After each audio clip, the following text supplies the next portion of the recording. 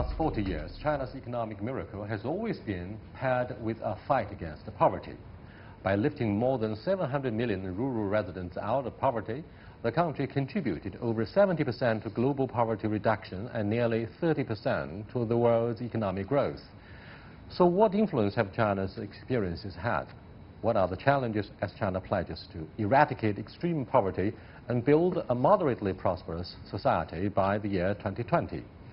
And facing one of the humanity's most urgent issues, how can the international community work together to make poverty history? To talk about these and other issues, I'm very happy to be joined in the studio by Ms. Beat Trankman, the United Nations Development Program resident representative in China, and Ms. Yolanda Fernandez-Lawman, country director of the Asian Development Bank. And in the second half of the show, we shall also be joined by Professor Zhang Gong from the University of International Business and Economics. That's our topic. This is Dialogue. I'm Yang Ray.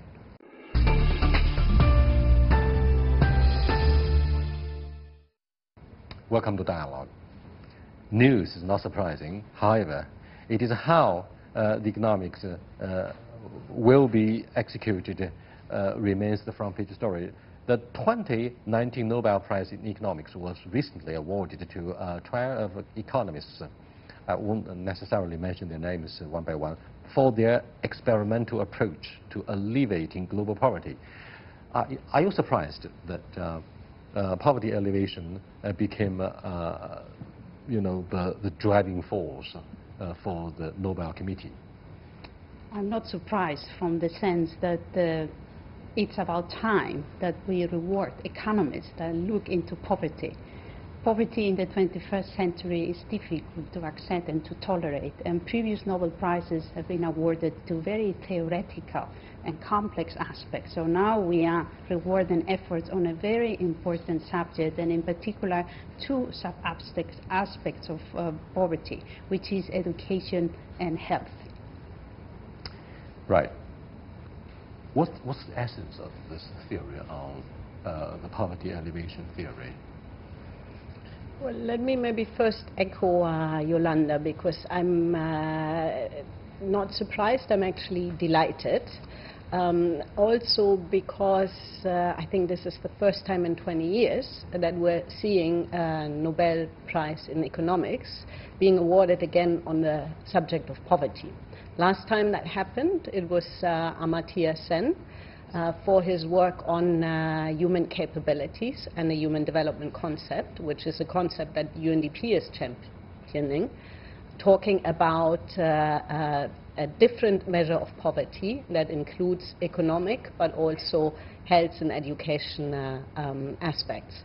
And on that measure, China has also been quite successful. It's one of the few countries that over the last, since the 90s, moved from a low human development status to a high human development status. The particularity, I think, of this prize compared to 20 years ago is indeed that it's applied research, not theoretical research. So what this team of the three economists did is they looked at how different approaches in randomized controlled trials can actually lead to better poverty results, very specifically on the ground. They, for example, looked at immunization in India, and then how far sort of incentives given to families push up immunization rates, even if services are available at the doorstep. And I think that is something very interesting for China, because China also used a very specific approach in its poverty reduction, looking at household level, looking at very specific contextualized solutions, and that's one of the reasons why China's poverty alleviation effort has been so successful. And I want to emphasize one more time, even though it is a well-known figure, that China has lifted out of poverty more than 700 million people just in a very short time. And there are very important lessons that can be extracted from the Chinese approach to poverty reduction that has gone through a spectacular process, not only through the natural reduction on poverty that is experienced through development and modernization that started in 1978, but also in more recent years by the ability of the government to target poverty programs, and later on, in the last mile of poverty reduction, to go even further into what we call precision targeting, to reach the latest person in the most remote area of China. And this is a superb achievement, because by 2020, which is next year, China will be free of poverty. And this is an amazing and a spectacular achievement. Beate, I was impressed by some of the remarks that experts in Beijing, for example, uttered concerning the image of China. Now, regarding the issue of poverty alleviation, many of them argued, look, Yang Rui, China does have a very good story, but you cannot tell the story properly. And therefore, do you think we are long on action but short on words? Because English is, after all, not our native language, and the Chinese economists have been serving the policy making, but they don't give much attention to, for example, the Nobel Prize for Economics. Why the Chinese become known for being quiet and shy, despite the very loud speakers on domestic politics and whatever that's quickly associated with what the Westerners call assertiveness. But in this particular area, China should deserve credit, but we got nothing. Of course, Nobel Prize was not the only hallmark to judge the success of economists. But I'd like to have your thoughts on what went wrong with our PR campaign.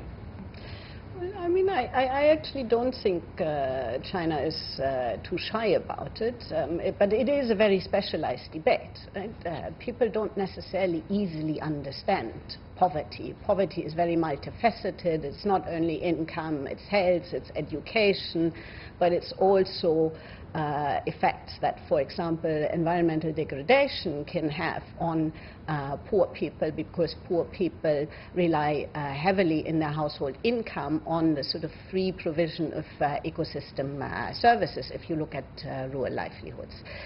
So I think the China success story in the developmental world is very well known. For all the reasons that Yolanda talked about, China has invested massively, both in terms of resources. It has invested people. 770,000 civil servants were deployed all across the country for China's poverty alleviation effort over the last few years. And why? Because China is looking at the household level, at the last mile, and reaching the furthest behind first. But these are, if you like, these are abstract concepts, and so maybe not that easy to explain to a general public. Also, what we were saying before, 20 years, it's been 20 years since the Nobel Prize on Poverty has been awarded. Poverty is not necessarily a priority in international economic debates. What I would say is that China is actually quite, again, in the developmental world and in the developmental debates, successful in exporting its model. China has, and UNDP supported this, established the China International Center for Poverty Research. A lot of work is done through this center. As you rightly said, China is on track to achieve the 2020 target of eradicating extreme poverty in rural areas. What do you mean, by definition, what does extreme poverty mean? Extreme poverty means that you are below the poverty line, that you don't have the means to live a basic life. So China has a definition of the poverty line, which is, I think, 2,800 RMB, and so that it's people living below that line. China is on track to achieve this. Currently, there are 16 million people living below that line. But poverty is much more complex than that, and that was Yolanda's point, that it's not only about jobs, it's also other things, as I was saying before. And so reaching that last mile, we basically need to look at the what we call multidimensional poverty, which is multiple forms of deprivation. And you see this in rural areas, but also in urban areas. And that is what China is planning to address going forward. But the system that it has, in terms of looking at household level and understanding exactly what the deprivations are and how to address them, and that goes back to the Nobel Prize, is basically, I think, a system that has proven successful. By the way, child poverty is also increasing in the industrialized world, and that is why the SDGs, the Sustainable Development Goals, which look at eradicating poverty by 2030, decreasing inequality, etc., is an agenda that looks at both developing countries and the developed world. Thank you very much. When we come back, we'll take a look at the importance of the internet and digital technology in closing gap between rich and poor, haves and have-nots, in particularly the sub-Saharan region, and whether Africans are trailing even further behind. Stay with us. We'll be right back.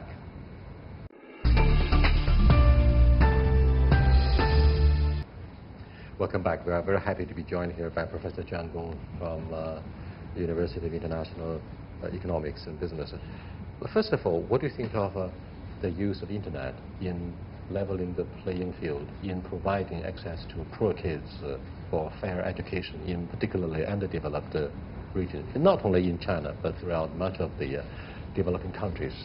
Well, I think the technology definitely plays a very important role in terms of bridging the gap between the haves and have-nots. It's not just the internet. I remember, in the old days, people need to rely on telephony service, for example, and deploying a wireline service is very expensive. In many countries, they can afford this. But with the introduction of mobile service, many countries in Africa and also in developing countries have entirely bypassed the stage of deploying wireline network, and they jump to wireless network, and penetration becomes very fast.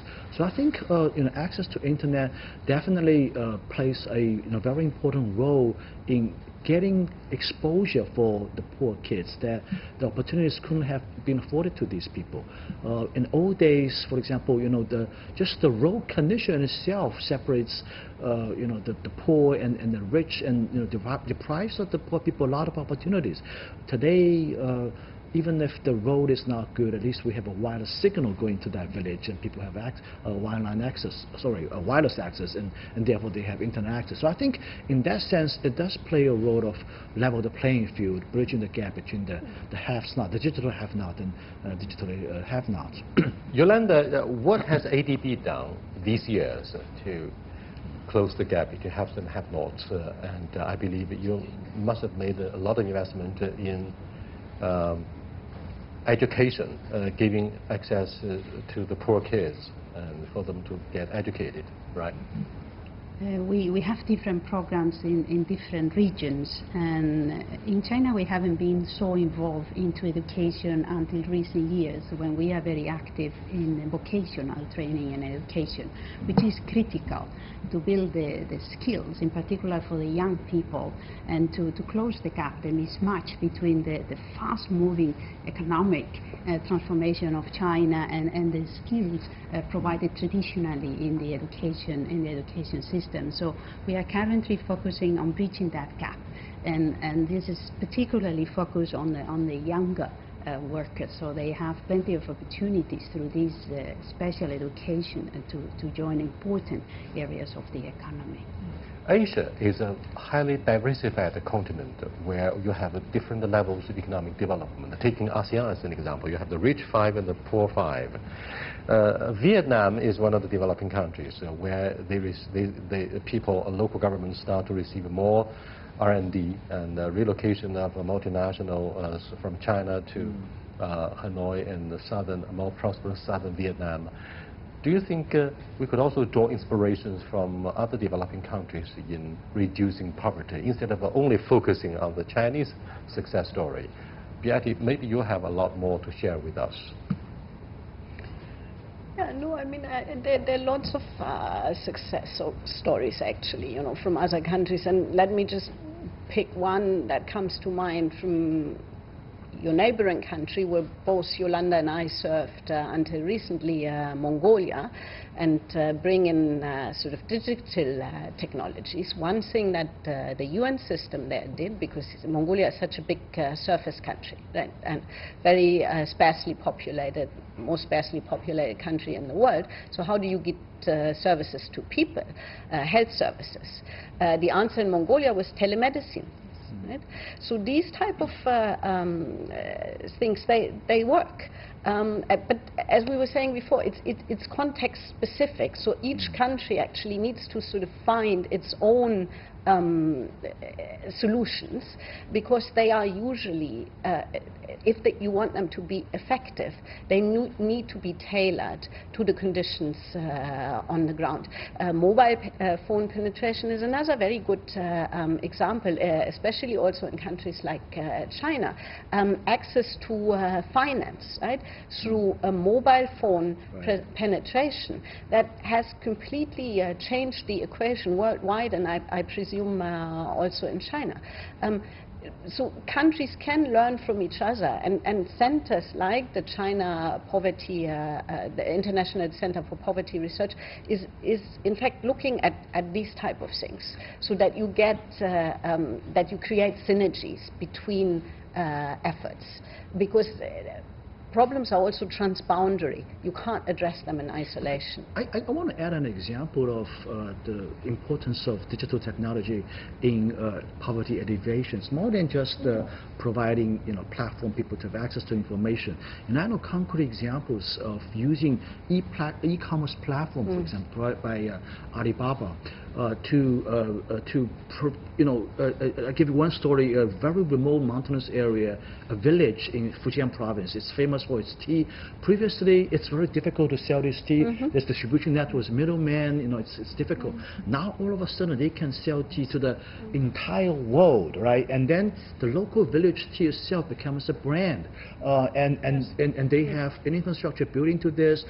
They have fast delivery service going to the village. So all of a sudden, this entire village is transformed. A quite remote area, somewhere in the mountainous area of Fujian province, just because of the this digital technology. Digital technology, e-commerce, a free flow of goods and services in the age of deglobalization. President Trump doesn't like this idea, perhaps. But let's look at the gender issue now. It seems pretty common that in developed countries you have a less and less birth rate, and people get rich, but they don't want to have children.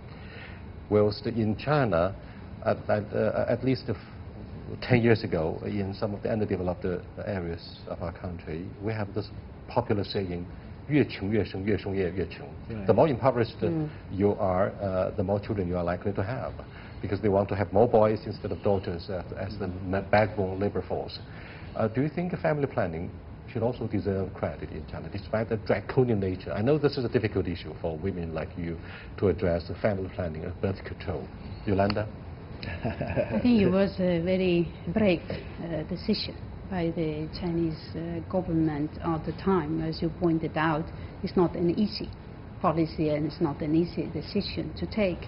But we need to look into the positive aspects that this policy has brought to China, in particular in terms of development overall in the country. And we also observe that now that the situation has changed, the policy has been reversed, and now the option to have more children is possible.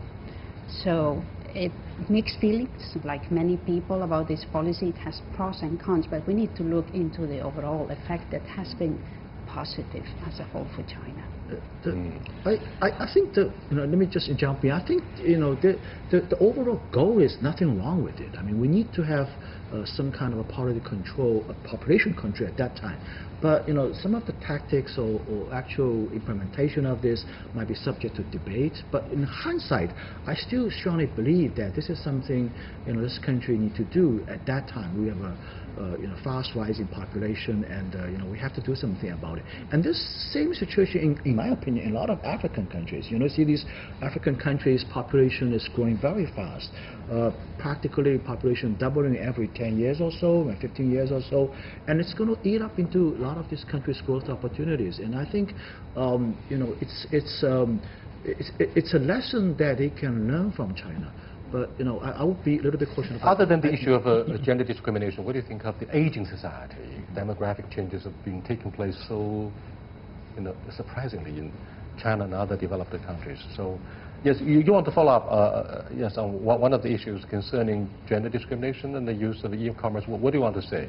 Well, I was going to say that, you know, one of the reasons you're seeing this in many underdeveloped countries, right, that the poorer people are, the more children they have. Yes. It's because for them it's a social protection mechanism, right? Children will sort of cover their income in old age when people can't work anymore. So part of the answer is, of course, you know, enhancing social protection systems. In terms of, you know, the UN position on this, I think what we are advocating for as UN, not necessarily UNDP, but the UN system, is basically that indeed population control is absolutely necessary. Women should take matters in their own hand. They should have a way of planning and spacing childbirth, also at increasing the age of childbirth, because the younger you are, the higher the maternal mortality risk. In the case of China, of course, this has created other issues, this male-female ratios flipping, and I think that's one of the reasons why China has now reversed this policy. But the aging societies are actually sort of the flip side of the coin, right? So it's all about balancing, basically, because you also, when you have a rapidly aging society, like you have in Europe or in Japan, you have less and less people who can actually carry the pension system. So that's also an issue. And so from a developmental perspective, and that's why development is so complex, everything is linked with everything, and you cannot look at factors in isolation. Perhaps in the age of big data and artificial intelligence, the creation of robots and the use as such, usage of such could fix the problem. What about India? Now, India is very proud of saying, hey, our population will soon catch up with the PRC, and we enjoy enormously the labor dividends of labor-intensive manufacturing, because they see more investment coming from China to other low-income economies, such as India, Vietnam, Cambodia, Bangladesh, Sri Lanka, so on and so forth. India. What do you think of the mandate that Prime Minister Modi has in his hand following the campaign success, and do you think it's an easy job for the, you know, the big population in India to quickly work out of the shadow of poverty? I think running countries of the size of India and China is not an easy job for any government or any prime minister. Of course, the challenges are magnificent, are enormous, and all interconnected, as we were just discussing.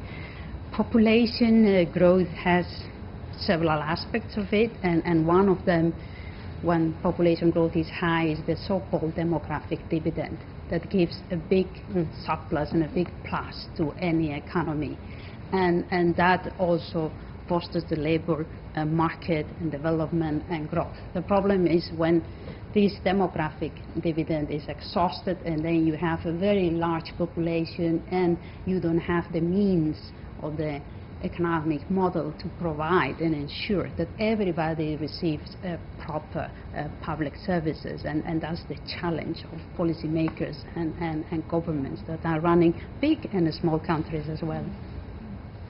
What do you think of the Indian model, Beatty? Well, I'm not quite sure whether there's any such thing as the India model. What I would say is that, of course, you know, India is using, as Yolanda was saying, demographic dividend and the fact that it has a massive labor But what force, about but that labor force is unskilled. So if you look at it from the sort of global value chain perspective, right, India is where China was several decades ago, right? China was at some point, because of the massive labor force, the sort of manufacturing house of the world. But now China is moving upstream, right, and is moving into a different stratum of economic development, where you look more at service industries, at technology, etc. So it also depends on the models and where you are in your phase of development. But managing large-scale populations is obviously always challenging. And if the sort of growth of population outpaces your level of poverty reduction, you have an issue also as a country. And what about the caste system in India that may prevent people, the underprivileged people, from having equal access to education? Yolanda, you may have a thought a long while about some of the problems typical of India and problems typical of China. We all have our own illnesses and woes, right? Yolanda? I believe the caste system is just one of the ways of population exclusion we find in different countries. That's why we always emphasize in ADB that growth has to be inclusive. And there are different types of exclusion. It could be an ethnic minority. It could be a segment of the population within the same ethnic group that is considered inferior. It could be women in many societies that are denied access to the labor market or basic human rights. It could be infant mortality. It could be infant mortality. It could be the elderly deprived of any support in the last years of their life. It could be disability. Disability is also a big group that is excluded. That's why poverty reduction, economic growth and development has to be very inclusive, to bring in all these segments that are excluded, because incidentally the excluded groups are the ones that suffer poverty more disproportionately. With that, we come to the end of this edition of Dialogue on Poverty Alleviation. I thank you for being with us. See you next time. Goodbye.